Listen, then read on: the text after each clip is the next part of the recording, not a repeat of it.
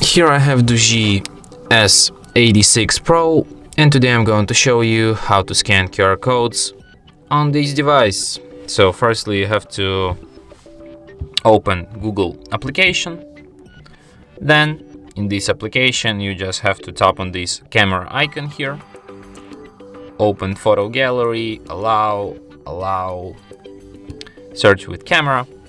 Now let's scan, for example, this QR code.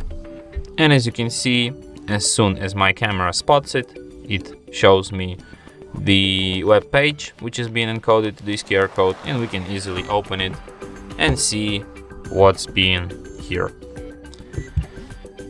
So yeah, and that's how you can scan QR codes. And that's it. Thanks for watching. If you find this tutorial useful, don't forget to hit that like button and subscribe to our channel.